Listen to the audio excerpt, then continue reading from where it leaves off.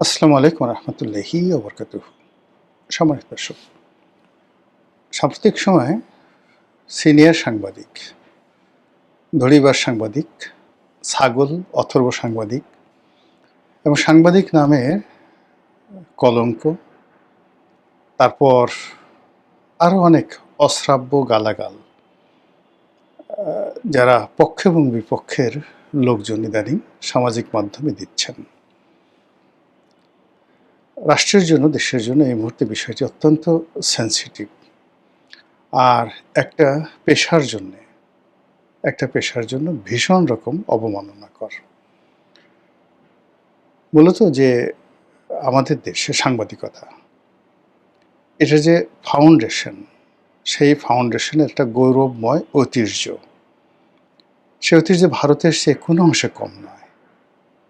আপনি যদি ৫০-এর দশক ধরেন, ৬০-এর দশক ধরেন, বঙ্গবন্ধুর জমানা ৭০-এর দশক ধরেন, এমনকি এরশাদ জমানা ধরেন, এরশাদ জমানা পর্যন্ত ৮০-র দশক পর্যন্ত বাংলাদেশের সংবাদপত্র জগতের যে গ্লোরিয়াসনেস, মালিক, সম্পাদক, সাংবাদিক,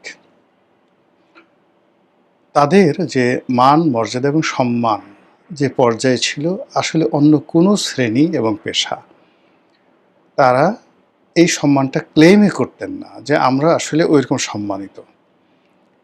একটি পত্রিকাতে সাধারণত জুনিয়র স্টাফ রিপোর্টার হিসেবে কেউ ঢুকতেন, জুনিয়র সাব এডিটর হিসেবে ঢুকতেন, যেগুলোকে অ্যাপ্রেন্টিস বা শিক্ষানবিশ স্টাফ রিপোর্টার বা সাব এডিটর বলা হয়। মানে যারা অফিসে বসে বসে এই নিউজগুলো, বিদেশি যে রয়টার্স, তারপর বাংলাদেশ সংবাদ সংস্থা ইউএনবি, সেখান থেকে যে নিউজগুলো আসতো এগুলো অনুবাদ করতেন। ইংরেজি খুব ভালো জানতে হতো। বাংলা পত্রিকায় যারা চাকরি করতেন এই এডিটোরিয়াল সেকশনে, তারাও খুব ভালো ইংরেজি জানতেন, একই সঙ্গে বাংলা জানতেন।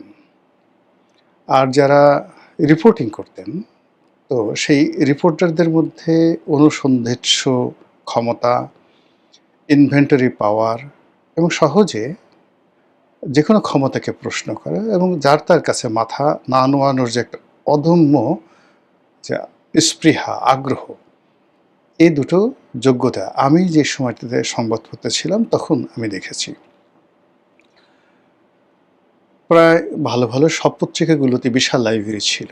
সেই লাইব্রেরিতে সবাই বাংলা এবং ইংরেজি মানে নিখুঁতভাবে পড়তেন। ইতিহাস, শিল্প, সাহিত্য, সংস্কৃতি নিয়ে ভীষণ রকম আলোচনা হতো। সাংবাদিকদের বেতনও খারাপ ছিল না, ভালো ছিল। ধরুন তৃতীয় ওয়েজ বোর্ড অনুযায়ী যারা বেতন পেতেন, সাব এডিটর রূপে বা সিনিয়র সাব এডিটর রূপে, staff reporter, senior staff reporter রূপে, এই দুটোই মূলত post. Staff reporter, senior staff reporter. এরপর এদের মধ্যে থেকে কেউ শিফট ইনচার্জ হতেন, কেউ নিউজ এডিটর হতেন। ইত্তেফাকে এই নিয়মটা খুব, মানে ইত্তেফাকে আসলে সিনিয়র রিপোর্টার এবং সিনিয়র সাব এডিটর এই দুটোই ছিল মূলত পোস্ট। এখান থেকেই যেমন দেখা গেল যে কেউ শিফট ইনচার্জ হতেন, কিন্তু তার বেতনটা ছিল সিনিয়র সাব এডিটর রূপে, বা কেউ নিউজ এডিটর হতেন। তো নিউজ এডিটর হতেন কিন্তু তার ছিল সিনিয়র সাব এডিটর রূপে। আবার সিনিয়র স্টাফ রিপোর্টার যারা ছিলেন এরাই চিফ রিপোর্টার হতেন। এই পর্যন্তই ছিল। আর সম্পাদক সাধারণত বেশিরভাগ ক্ষেত্রেই মালিকরা হতেন আগের জমানাতে। পরবর্তীতে সেটা এরশাদ জামানাতে যেমন সানাউল্লাহ নুরী সাহেব আছেন, ওনাদেরকে আসলে পেইড বলা হতো। কিন্তু এর আগে যেমন তোফাজ্জল হোসেন মানিক মিয়া কিংবা আজাদের মাওলানা আকরাম খান, তারা সবাই পত্রিকার মালিক এবং সম্পাদক ছিলেন। এদের কথা আলাদা, মানে এটা এই যুগে কল্পনাই করা যায় না। তো এর বাইরে যেটা ছিল সেটা হলো সম্পাদনা, মানে সম্পাদকীয় বিভাগ ছিল, যেটা যারা পোস্ট এডিটোরিয়াল লিখতেন, বাইরের লোকদের লেখা নেওয়া হতো না। ওনারা সবাই সহকারী সম্পাদক রূপে নিয়োজিত ছিলেন। যেমন রাহাত খানের মতো মানুষ সহকারী সম্পাদক ছিলেন, নির্মল সেন সহকারী সম্পাদক ছিলেন, তারপর সেই সন্তোষ গুপ্ত সহকারী সম্পাদক ছিলেন। ইংরেজি পত্রিকাগুলোতে ওই সময়টাতে, মূলত আমি যে সময়টাতে চাকরি করতাম সেই সময়টাতে ইংরেজি পত্রিকা বলতে অবজারভারকেই আমরা মনে করতাম যে এটা একটা পত্রিকা। এর মধ্যে নিউ নেশন ছিল, কিন্তু নিউ নেশন ঠিক ওরকম অতটা জনপ্রিয় ছিল না। অবজারভারের পরে ডেইলি স্টার আসে, কিন্তু ডেইলি স্টার মানে অবজারভারের পতন না হওয়া পর্যন্ত ডেইলি স্টার আসলে ডেইলি স্টারের জায়গায় আসতে পারেনি। তো এনিওয়ে, যেটা হলো ডেইলি স্টারে কিছুদিন কাজ করার সুযোগ হয়েছে, অবজারভারে কিছুদিন কাজ করার সুযোগ হয়েছে। এই জিনিসগুলো ৮০-র দশক পর্যন্ত দেখেছি, এবং তখন একজন sub editor, senior sub editor দরকার নেই, বা একজন স্টাফ রিপোর্টার সরাসরি প্রেসিডেন্টের সঙ্গে তারা উইদাউট অ্যাপয়েন্টমেন্টে গিয়ে দেখা করতে পারতেন, এবং তারা প্রেস ক্লাবে আসতেন, আলাপ আলোচনা হতো। মানে এটা একটা অসাধারণ, ধরুন চিত্রবাংলা কিংবা বিচিত্রা, চিত্রালী, এ সকল সিনেমার মানে এই সকল পত্রিকার যারা স্টাফ রিপোর্টার বা ধরুন সিনিয়র স্টাফ রিপোর্টার, তারা যদি ৮০-র দশকে নায়ক রাজ্জাককে একটা ছোট্ট সিরিকুট দিয়ে খবর পাঠাতেন, আপনার একটা সাক্ষাৎকার নিতে হবে, তাহলে রাজ্জাক সাহেব এসে ওই পত্রিকার অফিসে উপস্থিত হতেন। এই ছিল পত্রিকার মান। এখন এই কারণ হলো কি, এই সাংবাদিকতার পেশাটা নিয়ে ৮০-র দশকে বলতে গেলে আগে সবসময়ই শাসক গ্রুপ ভীষণ রকম উদ্বিগ্ন ছিলেন, উৎকণ্ঠিত ছিলেন, এবং এদেরকে কেনা যেত না, ভীষণ রকম কেনা যেত না। আপনি একজন চিন্তা করেন, একজন নির্মল সেন, একজন গিয়াস কামাল চৌধুরী, একজন আতাউস সামাদ, যারা স্টার হয়ে গিয়েছিলেন। তো মানে এর বাইরে অন্তত ১ ডজন ২ ডজন সাংবাদিক ছিলেন যাদেরকে সেই জমের মতো শাসকরা ভয় পেত। ঠিক সেই সময় এরশাদ জমানাতের শেষের দিকে সাংবাদিক কেনার একটা প্রকল্প চালু হয়ে যায়। তিনি ইত্তেফাকে ২-৩ জন সাংবাদিককে হাত করে ফেলেন। কিছু ব্যবসায়ীরা অনেক টাকা পয়সা দিয়ে মানে কয়েকজন সাংবাদিককে হাত করে ফেলেন। আমি নাম বলে কাউকে ছোট করব না। তাদের মাধ্যমে কলাম লিখানো কিংবা তাদের মাধ্যমে বই লিখানো, রাষ্ট্রপতির দরবারে বা কোনো ব্যবসায়িক গ্রুপ বা কোনো ধড়িবাজ, মানে যাকে বলা হয় গ্রুপ অফ ইন্ডাস্ট্রিজ, তারা এরকম ৮০-র দশকের, ধরুন এটা ৮৭-৮৮-র দিক থেকেই অপকর্মগুলো শুরু হয়। ৯১ থেকে শুরু হয় দলবাজি, মানে সিরিয়াসলি দলবাজি ৯১-র সঙ্গে শুরু হয়, এবং সেটা হতে হতে হতে হতে ২০০০ সেই ২৪ সনে এসে এখানে এই সাংবাদিকতার নামে দুর্গন্ধময়, অতি দুর্গন্ধময়, আবর্জনাময় একটা শ্রেণী তৈরি হলো, যারা সেই নারী ব্যবসা, মানে এমন কোনো মানে অপকর্ম নেই, মদ, নারী, জুয়া থেকে শুরু করে বিশেষ করে ইলেকট্রনিক প্রিন্ট মিডিয়ার সাথে যুক্ত হওয়ার কারণে আপনি মাফিয়া বলতে যা কিছু বোঝায়, ১০টা মাফিয়া একত্র করলে এই সাংবাদিক নামক যে পেশাটা, সেই পেশার মধ্যে এরকম অনেককে খুঁজে পাবেন। তো এই যে একটা খারাপ অবস্থা, সেই খারাপ অবস্থার মধ্যে যেটি হলো, সাংবাদিকদের মান কমলো, সম্মান চলে গেল, লেখাপড়া গোল্লায় গেল, আর গর্ব করার মতো এদের মধ্যে কিছুই রইল না। এরই মধ্যে ইউনূস জমানা এলো। ইউনূস জমানা হওয়ার পরে কী হলো, একটা শ্রেণী, এই খারাপ যে শ্রেণীটা, তার একটা বিরাট অংশ পালিয়ে গেল, আর একটা অংশ মুহূর্তের মধ্যে ভুল পাল্টিয়ে নতুন রাজনৈতিক বন্দোবস্তের মধ্যে তারা যুক্ত হলো। এবং শেখ হাসিনার জমানাতে যে সমস্ত সাংবাদিক বিভিন্ন দূতাবাসে চাকরি নিত, প্রেস ক্লাবে মাতব্বরি করতো, কন্ট্রাক্টারি করতো, দালালি করতো, রাতে যে ওয়েস্ট ইন্ডিজে গিয়ে পাপিয়া কাণ্ড ঘটাতো, তারপর বিদেশে টাকা পাচার করতো, দলের প্রোপাগান্ডা চালাতো, এই পুরো যে গ্রুপটি, সেই গ্রুপটির দেখা গেল যে শেখ হাসিনার জমানাতে এই গ্রুপের লোক ছিল ধরেন মোর দ্যান ১০০। এটা নেমে এলো ২৫ জনে।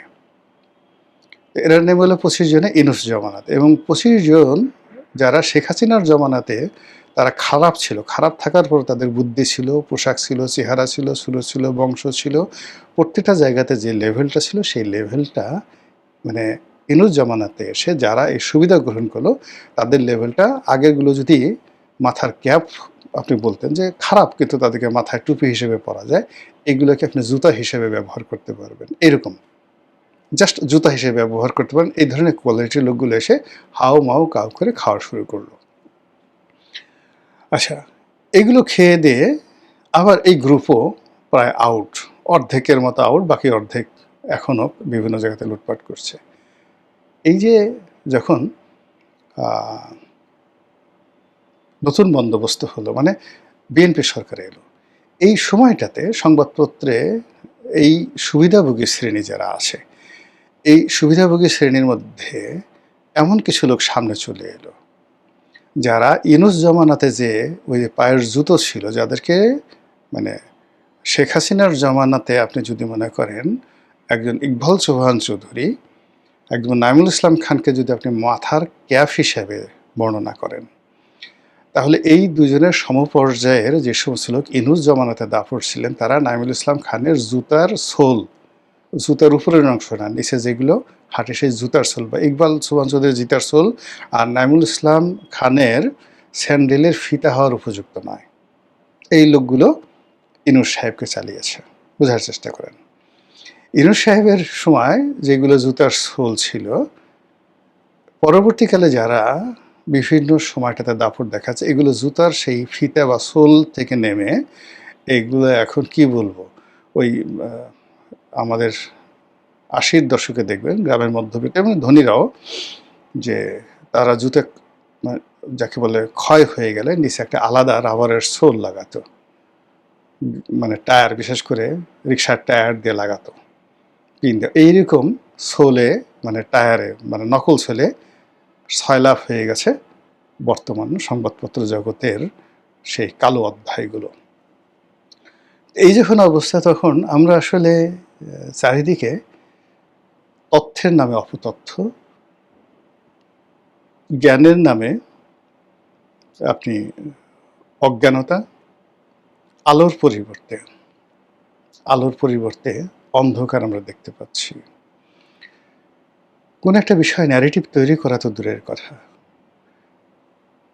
উল্টো সামাজিক মাধ্যমে যে গল্প গুজব হচ্ছে, সেই গুজবের যে ভিত্তি, সেই ভিত্তির দ্বারাই রাষ্ট্র, সরকার, দেশের জনগণ নিষ্পেষিত হচ্ছে। কিন্তু কলম যাদের হাতে, সেই কলম দিয়ে দুনিয়ার সব কিছু বের হচ্ছে। কলম দিয়ে তাদের বীর্য বের হচ্ছে, মল বের হচ্ছে, মূত্র বের হচ্ছে, নাকের সর্দি বের হচ্ছে, কিন্তু কলম দিয়ে কালির মাধ্যমে দু কলম ভালো কালাম যে বক্তব্য, সেই বক্তব্য কেউ বের করতে পারছে না। এইরকম যখন অবস্থা, ঠিক সেই সময়টাতে দেখা গেল সিনিয়র সাংবাদিক বিতর্ক শুরু হয়ে গেছে। গত ২টি বছরে আপনি চান বা না চান, সাংবাদিকদের মধ্যে অল্প কয়েকজন মানুষ যারা কোনো জমানাতে রাজনৈতিক সুযোগ সুবিধা লাভ করেননি, যেমন আনিস আলমগীর, মাসুদ কামাল, আজিজ, পান্না। এখন সার্বিক বিচারে হয়তো শেখ হাসিনার জমানাতে, তারপরে ইউনূস জমানাতে, বা তার আগের অন্য কোনো জমানাতে যে সকল পলিটিক্যাল টাউট ছিল সাংবাদিকতার নামে, বা সাংবাদিকতার পেশার বাইরে গিয়ে তারপরে এই পেশাটাকে মালিকানা বিভিন্নভাবে ব্যবহার করে যত রকম ২ নম্বরী জিনিস আছে যারা করেছে, এই কয়জন মানুষ আমি যাদের নাম বললাম, এই কয়জন মানুষ কখনোই এরকম ছিলেন না। আবার তারা যে গিয়াস কামাল চৌধুরী বা ধরুন রাহাত খান, এদের মতো উচ্চ পর্যায়ের সাংবাদিক ছিলেন তাও না। কিন্তু ঘুষ, দুর্নীতি, অনিয়ম থেকে শুরু করে ক্ষমতাধরদের যে পদলেহনের যে ইতিহাস, পা চাটার যে ইতিহাস, আমি এই ৪-৫ জন লোকের যে নাম বললাম তাদের মধ্যে ছিল না। এবং অবাক করার ব্যাপার হলো যে এই ইউনূস জমানার আগে এরা যে আসলে খুব বেশি ফ্রন্টলাইনে এসছে, পলিটিক্যাল কোনো বিষয় নিয়ে কথাবার্তা বলেছে বা নেতা হওয়ার চেষ্টা করেছে, এইরকম কোনো নজিরও আমি অন্ততপক্ষে এদের সবাইকে চিনি, পার্সোনাল চিনি। আনিস আলমগীর আজকের কাগজে আমার সহকর্মী ছিলেন। তারপর মাসুদ কামালকে চিনি, যদিও তার সঙ্গে আমার সরাসরি কোনো পত্রিকা একত্রে চাকরি করার সুবিধা হয়নি, কিন্তু তিনি জনকণ্ঠে দীর্ঘদিন ছিলেন, সেই সুবাদে আমি তাকে চিনি। পান্না নানা কারণে তাকে চিনি, একুশে টেলিভিশন থেকে তাকে চিনি। তারপরে আজিজ ভাইকে তো অনেক এমিনেন্ট জার্নালিস্ট, তাকে চিনি নানাভাবে। তিনি সেই অন্য ডেস্কে ছিলেন, বাট ডেইলি স্টারে তার সঙ্গে আমার একত্রে কিছুদিন কাজ করার সুযোগ হয়েছে। তো এই মানুষগুলো ওইরকম তাদের কোনো, যাকে বলা হয় নেতিবাচক দিক, কোনো রাজনৈতিক পোর্টফোলিওতে ছিল না। আর এর আগে তারা কখনো ওরকম সাহসী, কখনো মজলুম, মানে ইদানিং তো সংবাদপত্র জগতে খালি মানে কতগুলো, যেমন কি নাম আসছে, অনুসন্ধানী সাংবাদিক, সাহসী সাংবাদিক, মজলুম সাংবাদিক, তারপর কি আছে মজলুম সাংবাদিক, এই নানা রকম নাম। মানে যখনই আপনি মজলুম সাংবাদিক বলবেন, মানে আপনার প্রতি জুলুম করা হয়েছে, তার সঙ্গে সঙ্গে উল্টা জুলুমবার সাংবাদিকের নাম চলে আসবে। মজলুম মানে জুলুমবার সাংবাদিক নাম চলে আসবে। এত লোক রেখে সাংবাদিকদের কেন জুলুম করবে? অন্য কোনো সাংবাদিক যারা আছে তারাই তাদেরকে জুলুম করতে শিখিয়ে দিয়েছে। তো মজলুম সাংবাদিক, জুলুমবার সাংবাদিক। সাহসী সাংবাদিক, তার যদি কাউন্টার দেন, কাপুরুষ সাংবাদিক আছে। যখনই কোনো একটা শব্দ একটা সমাজে প্রচলিত হয়ে যায়, তখনই সেটার কাউন্টার একটা শব্দ থাকে বলেই সেটা হয়। তারপরে সাহসী সাংবাদিক, এরপরে হলো প্রবাসী সাংবাদিক, সাংবাদিক আবার প্রবাসী সাংবাদিক, এরকম অদ্ভুত অদ্ভুত নাম চলে আসছে। কারো উপাধি আছে খাট কাঁপানো সাংবাদিক, তারপরে কারো উপাধি আছে টুপাইস কামানো সাংবাদিক, কারো উপাধি আছে জিম্মি সাংবাদিক, কারো উপাধি আছে ডাকাত সাংবাদিক। এইরকম নানার নাম, গন্ধ, দুর্গন্ধ, রূপ, লাবণ্য মিলিয়ে তছনছ যখন হয়ে গেছে, তখন এই যে কয়েকজন লোক গত 2 বছরে সামহাউ মানুষের আকর্ষণের বস্তু হয়ে গেছে। এরা কিন্তু ইউনূস জমানার আগে, মানে ইউটিউব চালু হওয়ার আগে বা এই শেখ হাসিনার জমানাতে, মানে তারা জাস্ট মাসুদ কামাল টকশোতে আসছেন, তারপরে আনিস আলমগীর বিভিন্ন টেলিভিশন চ্যানেলগুলোতে তিনি প্রধান নির্বাহী ছিলেন, সিইও ছিলেন একদম টেলিভিশন চ্যানেলে। তারপর সংবাদপত্র তো তার একটা লং আউটস্ট্যান্ডিং ছিল, পারফরমেন্স ছিল। কিন্তু ওভাবে পাবলিক ওরিয়েন্টেড, এখন যেভাবে তাদের একটা ফেস পাবলিক ফেস হয়ে গেছে, এটা তারা কখনোই ছিল না, এবং ওই চেষ্টাও তাদের ছিল না কখনো। আজিজ ভাইয়ের একই অবস্থা। কিন্তু গত 2 বছরে সামহাউ দে বিকাম হিরো।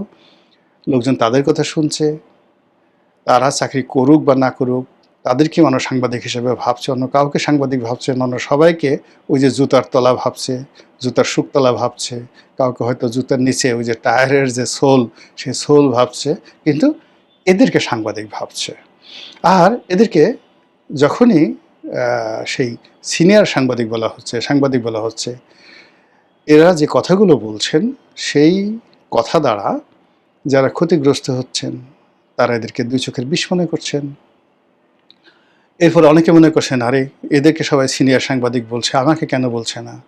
এদের ব্যাপারে মানুষ যতটা আগ্রহী, টেলিভিশন চ্যানেলগুলো আগ্রহী, এরা যে কোনো একটা জায়গাতে গেলে মানুষ অটোগ্রাফের জন্য আসে, তারপরে মানুষ তাদের পাশে এসে ছবি তুলে, ফেসবুক, ইন্টারনেটে এদের সাথে, মানে এদেরকে দাওয়াত করে খাওয়ায়, এদের সাথে ছবি তুলে দেয়। তো এইগুলো দেখে দেখে বহু মানুষের মানে রীতিমতো সারা শরীরে একটা রীতিমতো চুলকানি শুরু হয়ে গেছে। তাদেরও ইচ্ছে হয় যে না, আমরা আর এই জুতার তলা থাকবো না, আমাদেরকেও ভালো কিছু একটা হতে হবে। কিন্তু সেটা হওয়ার জন্য যে ধরনের কথা দরকার, কাজ দরকার, কর্ম দরকার, সেই জিনিসগুলো করা তো আসলে রাতারাতি সম্ভব নয়।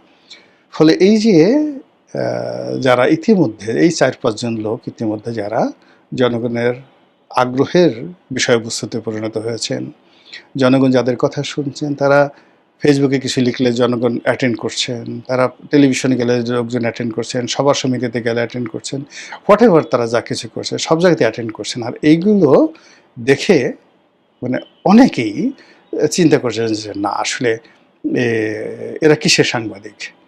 এদের কারো চাকরি নেই, বা কারো চাকরি আছে নাম কাগজে, এরা টেলিভিশনে আসে 1000-2 টাকার জন্য, 1000-3 টাকার জন্য, এই ধরনের নানা কথাবার্তা বলে যখন অপদস্থ করার চেষ্টা করা হচ্ছে, ঠিক সেই সময়টাতে আবার যারা সিনিয়র সাংবাদিক, তাদের মধ্যে বেশ কয়েকজন আছেন, তারাও তো মুখারা কম না, ইতিমধ্যে তারা প্ল্যাটফর্ম পেয়ে গেছেন, ইতিমধ্যে তারা বুঝে গেছেন সাহসের মূল্য অনেক বেশি। বিশেষ করে পান্না, তারপর আনিস আলমগীর জেল খেটে এসেছেন, জেল খেটার পর তাদের আরও সাহস বেড়ে গেছে। তো তারা নিদারুণভাবে সমালোচনা করছেন তাদেরকে, যারা তাদেরকে সমালোচনা করছেন, এবং এইভাবে কি হচ্ছে, একটা যাকে বলা হয় নিদারুণ বিতর্ক শুরু হয়ে গেছে। এবং সেই বিতর্ক যদি চলতে থাকে, আপনি দেখবেন যে এই অন্ধকার জগতের, মানে এই সাংবাদিকতার নামে যারা অপসংস্কৃতি, অপসাংবাদিকতা, অপতথ্য এবং অপকর্ম সবগুলোকে ককটেল বানিয়ে যারা খাচ্ছে, তাদের অনেকের মুখোশ উন্মোচিত হয়ে যাবে। মহান আল্লাহ আমাদের সবাইকে হেদায়েত দান করুন এবং হেফাজত করুন। আসসালামু আলাইকুম ওয়া রাহমাতুল্লাহি ওয়া বারাকাতুহু।